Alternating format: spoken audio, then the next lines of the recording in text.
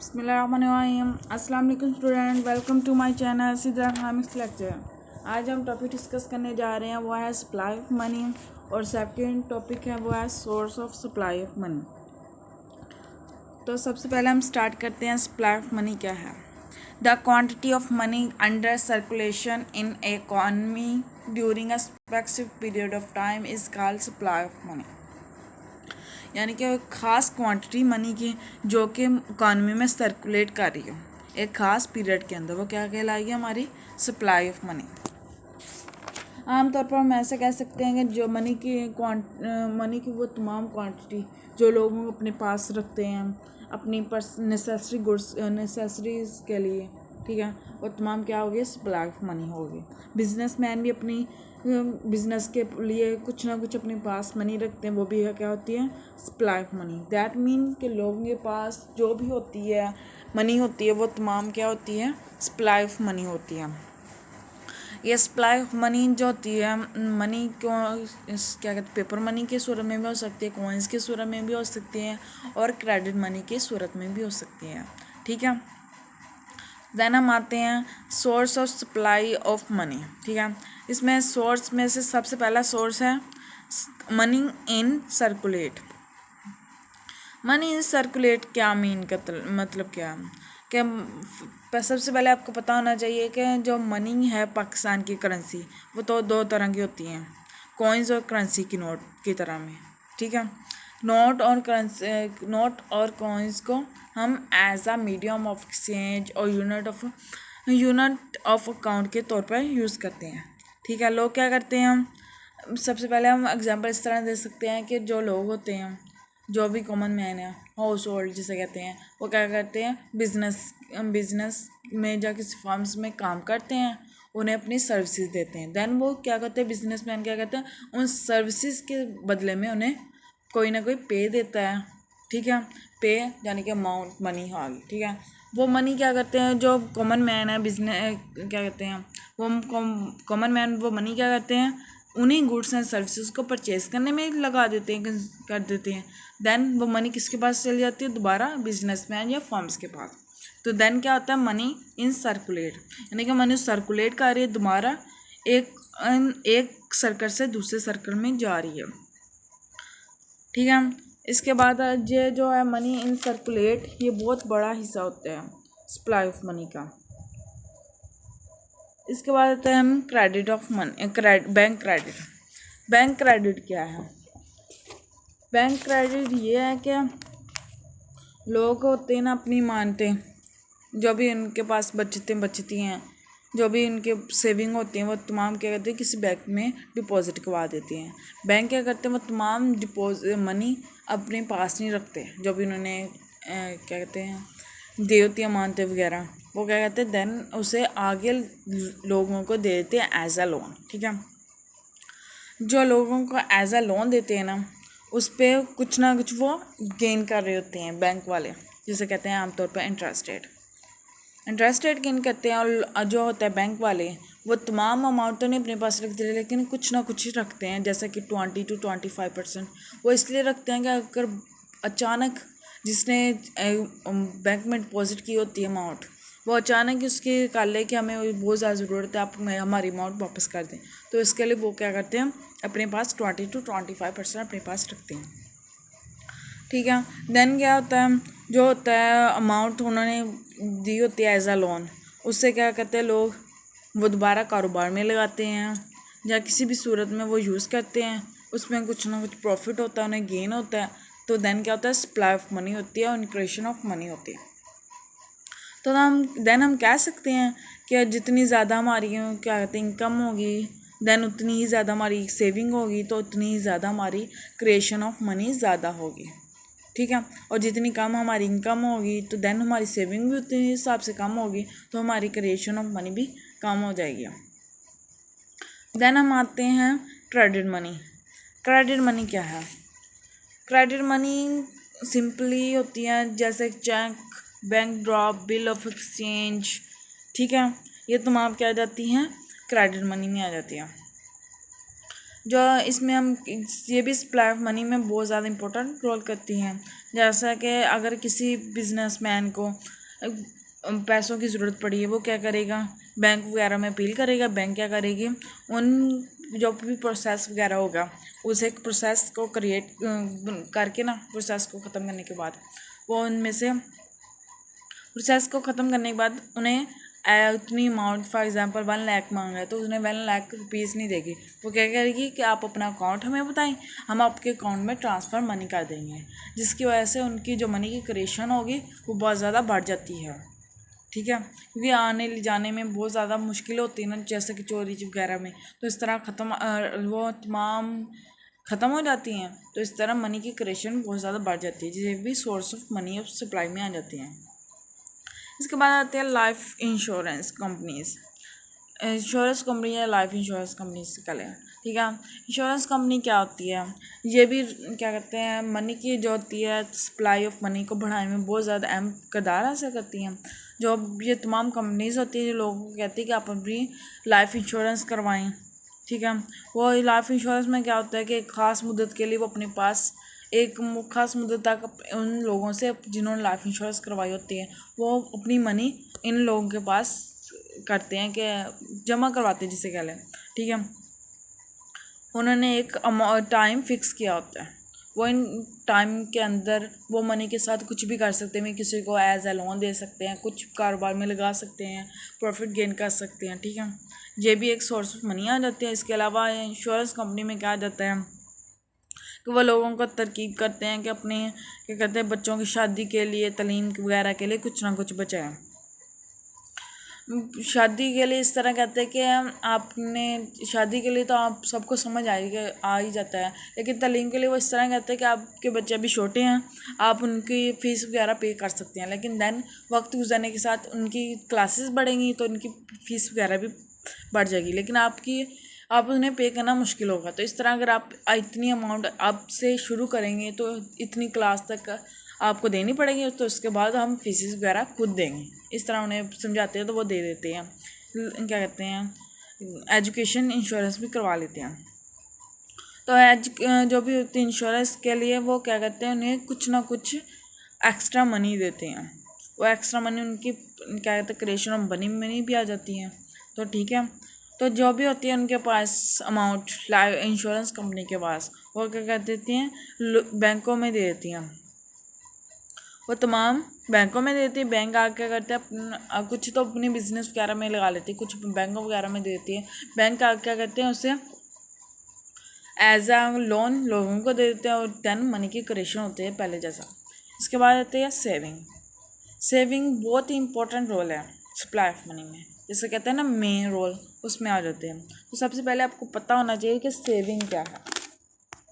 Saving क्या है कि लोग क्या करते हैं, जो भी हम कॉमन मैन कह ले, पहले कॉमन मैन क्या करता है कुछ ना जो भी होती है उसकी इनकम वो सारी की सारी कंज्यूम नहीं कर लेता, बल्कि उसका कुछ पोर्शन सेव कर लेता है।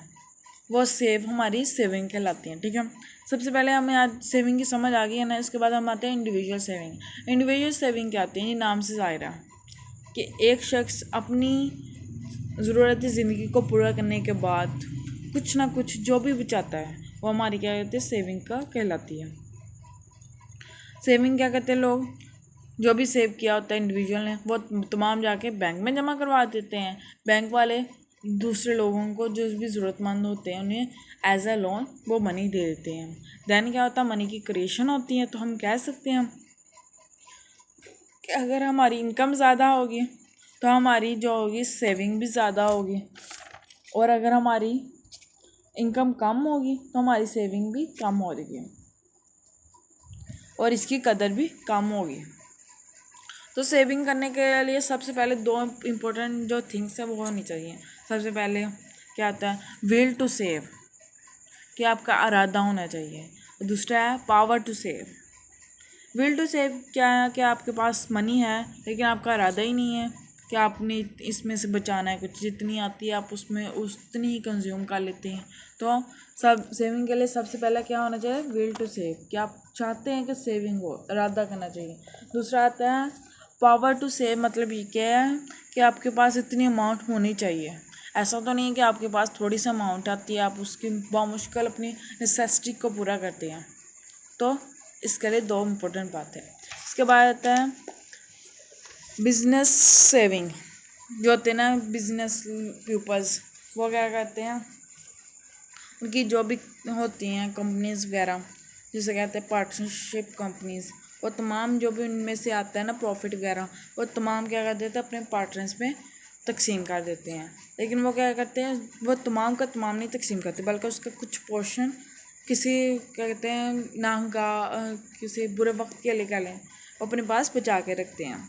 वो तमाम क्या होती है हमारी बिजनेस सेविंग में आ जाती हैं। फॉर एग्ज़ाम्पल अगर किसी को कहते हैं बिजनेस में 10 लाख का प्रॉफिट हुआ है, तो वो क्या करेगा 10 लाख अपने पार्टनर्स में क्या कहते हैं क्या तकसीम नहीं कर देगा, डिवाइड नहीं कर देगा, बल्कि उसमें से कुछ पोर्शन रखते हैं। फॉर एग्ज़ाम्पल 9 लाख वो सारे पार्टनर्स में तकसीम कर दे, 1 लाख अपने पास रखे, तो वो हमारी क्या आ जाती है बिजनेस सेविंग में आ जाती है। तो इसके बाद तुम्हारा थर्ड है पब्लिक सेविंग। पब्लिक सेविंग क्या होती है, ये नाम से ज़ाहिर है हुकूमत जो भी सेविंग करेंगे वो हमारी पब्लिक सेविंग में आ जाती है। हुकूमत हर साल क्या करती है, बजट बनाती है। बजट क्या होता है कि आने वाले साल के मतलब तमाम होता है कि हमारी इतनी तनख्वाहें इतने खर्चे होंगे, इतनी आमदनी होगी, हमें यहाँ पे लगाना है, यहाँ पे यहाँ से गेन करना है। ठीक है, एक साल के अरसे में तमाम क्या कहते हैं दुरानियाँ, तमाम हिस्से वगैरह एक्सप्लेन कर देते हैं।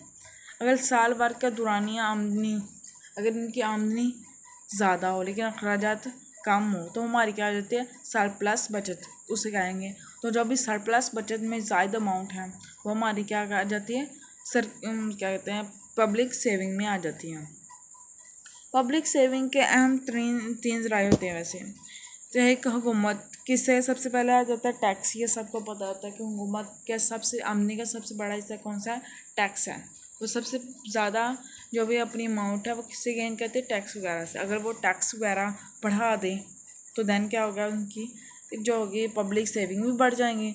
अगर टैक्स नहीं बढ़ा सकते तो देन क्या करते हैं किसी और चीज़ पे और नए टैक्स लगाने शुरू कर दें किसी और चीज़ पे। ठीक है, तो वो इनसे अपनी आमदनी सेविंग बढ़ा सकते हैं। उसके बाद हम हुकूमत की जो होती है अंदरूनी और बैरूनी इंटरनली और एक्सटर्नली सोर्स से वो लोन लेती है अपनी आमदनी को बढ़ाने के लिए।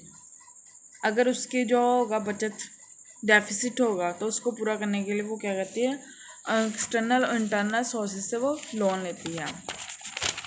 इसके बाद आता है कि जो होती है हुकूमत में का बास ऐसा होता है कि डेफिसिट हो जाती है जो होती है बचत, तो लोग हुकूमत क्या करती है बगैर ज़मानत के नोट छाप लेती है, तो इससे उसकी आमदनी बढ़ जाती है, तो सेविंग भी बढ़ जाती है। बगैर ज़मानत के नोट ये होता है कि जो हुकूमत होती है ना वो ऐसे ही नहीं नोट छापती, सेंट्रल बैंक जिसे कहते हैं, हमारे मुल्क में सेंट्रल बैंक करता है, स्टेट बैंक ऑफ पाकिस्तान। ठीक है, वो नोट ऐसे नहीं छापता।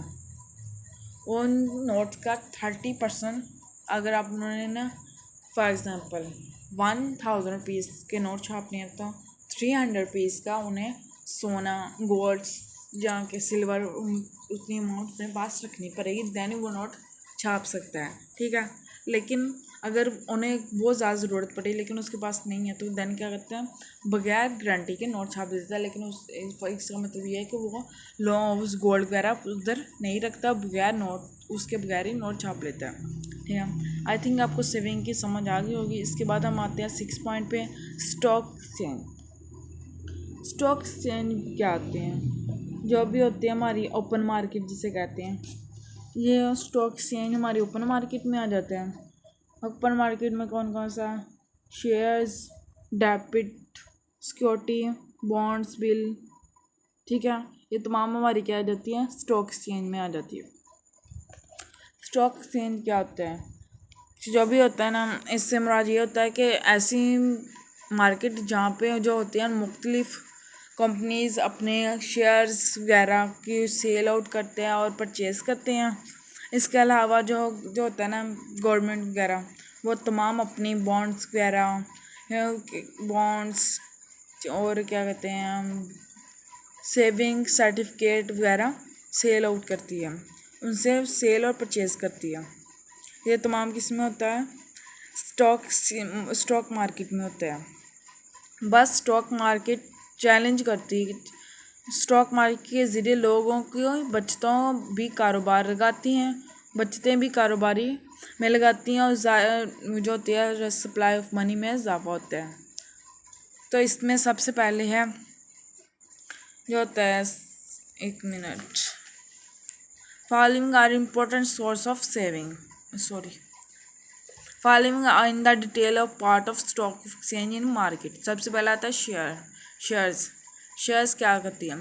Shares of any joint stock companies which are stock sold in stock of exchange for collection of capital from the people is called shares that company. At the end of the year, shareholders see profit or loss from the companies. ठीक है, ये ना shares क्या होती हैं, जो भी होती है ना ज्वाइंट स्टॉक कंपनीज होती हैं, वो क्या करती है, अपनी स्टॉक ऑफ एक्सचेंज को सेल आउट कर देती हैं कैपिटल को गेन करने के लिए, कलेक्ट करने के लिए, मनी को कलेक्ट करने के लिए। दैन वो लोगों में अपने stock of exchange sell out कर देती है, उसे हम शेयर्स कहते हैं। और साल के एंड पे वो शेयर होल्डर वो तमाम अपना रिसीव कर लेते हैं जो भी प्रॉफिट हुआ है कंपनी को, जहाँ लॉसेस वगैरह हुए हैं। तो उसके बाद आता है डेबिटर क्या है? In the return statement from the joint stock companies according to which any person lead company and receive fixed rate of interest, the amount of that person remain safe in case of profit और loss और company and he receive interest. जो होता है debtor, वो अपने पास एक जो भी होता है डेबिटर, वो किसी भी कंपनी के हिस्से वगैरह को फरोख्त नहीं करता, बल्कि उन्होंने अपने पास एक रखा होता है, उन्होंने अपने पास एक स्टेटमेंट लिखी होती है, रिटर्न स्टेटमेंट, ठीक है, उसमें उन्होंने फिक्स किया होता है कि हमारा इतना इंटरेस्ट रेट होगा, उन्होंने एक फिक्स करके रखा होता है। अगर कंपनी को लॉसेस हो रही हैं, प्रॉफिट हो रही हैं, जो होगी उसकी अमाउंट फिक्स होगी, उनके जो भी अमाउंट होगी उस पर कोई असरअंदाज नहीं होगा। उसके बाद आता है bonds and saving certificate is return statement which is return by insuring institute, the name of any person is not return on it bearing in the owner of the can be receive the amount. जो होता है bonds के ज़रिए लोग क्या करते हैं, अपनी रकूमात जो भी रकमें होती हैं ना, मनी वगैरह वसूल करते हैं। ये भी एक रिटर्न स्टेटमेंट होती है जो कि बॉन्ड्स का जो भी होता है लिखने वाला, जो भी बनाने वाला, वो जारी करता है। और बॉन्ड्स किसी ख़ास शख्स के नाम नहीं होता, बल्कि किसी की भी जिसकी मलकियत में हो वही इसकी रकम वसूल कर सकते हैं। जिस तरह 1000 रुपये का नामी बॉन्ड्स, इस तरह ये होते हैं बॉन्ड्स वगैरह। उसके बाद आता है गवर्नमेंट सिक्योरिटीज़ क्या है?